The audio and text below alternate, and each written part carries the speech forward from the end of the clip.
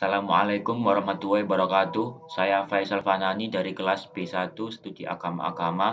Di sini saya akan mempresentasikan hasil kerja UAS Al-Arabiya.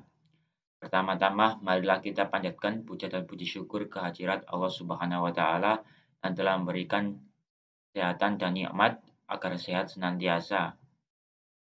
Di sini saya akan mempresentasikan materi yang bertema Muhammad Abdullah.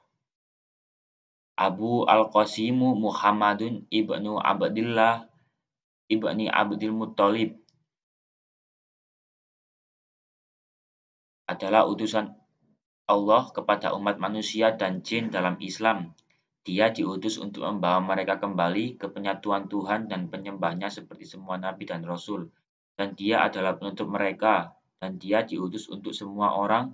Mereka juga percaya bahwa dia adalah makhluk yang paling mulia dan penguasa umat manusia. Sebagaimana mereka percaya dirinya infalibilitas.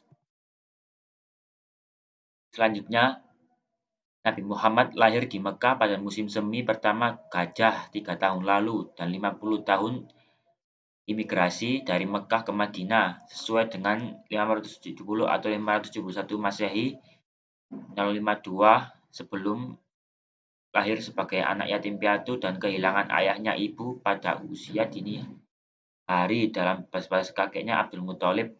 Setelah dia, pamannya Abu Thalib, di mana dia dibesarkan dan pada periode itu bekerja pengembalaan dan perdagangan. Dia menikah pada usia 25, gadis Khadijah, Khuwailid, dan melahirkan semua anaknya kecuali Ibrahim.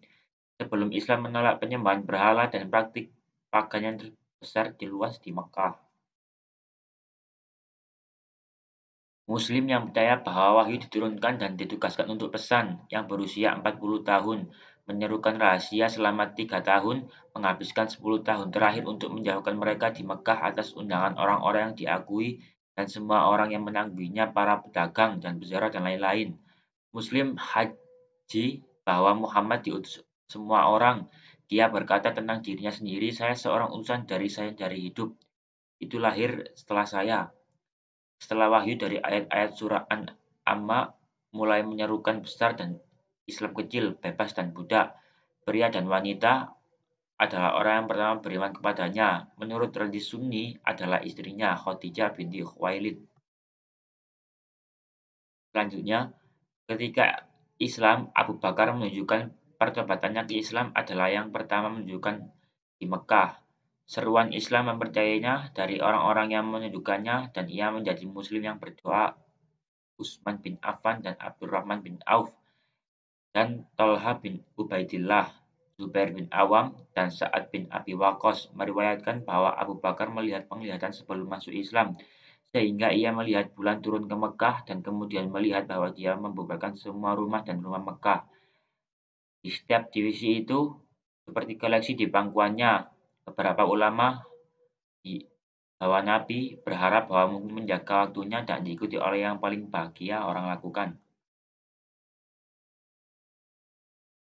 Yang terakhir, Muhammad di awal perintahnya menyebut Islam.